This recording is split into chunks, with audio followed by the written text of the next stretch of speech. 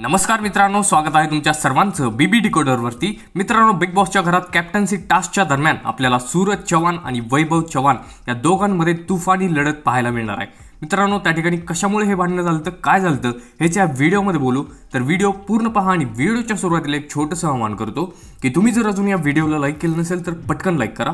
तर मित्रांनो, captaincy task सुरू होता आणि वैभव चव्हाण त्या रेल्वेच्या डब्यात त्या ठिकाणी गेलेला होता आणि त्या रेल्वेच्या डब्यातून सूरजला वैभवला त्या ठिकाणी बाहेर काढायचं होतं। त्याला सूरज म्हणत होता की तू बाहेर ये बाहेर ये, परंतु त्या ठिकाणी तो बाहेर न येता त्या ठिकाणी सूरजला म्हणाला की मी बाहेर येणार नाही। तर सूरज पेटला आणि सूरज म्हटला की कसा बाहेर येत नाही, बुक्कीट टेंगूळ देईल। तर त्या ठिकाणी नंतर वैभव चव्हाण म्हटला की मी तर उभा फोडेन, माझ्याकडे बुक्कीट टेंगूळ नसतो, डायरेक्ट मी फोडतो। तर अशा प्रकारचं वक्तव्य त्या ठिकाणी यांच्या दोघांमध्ये झालेलं आहे। आणि त्याच्यानंतर सूरज चव्हाण वैभव चव्हाणच्या अंगावर देखील जात होता। वेल या भांडणामध्ये तुम्ही कोणाच्या साईड आहात, सूरज चव्हाण की वैभव चव्हाण, आम्हाला कमेंटमध्ये सांगा।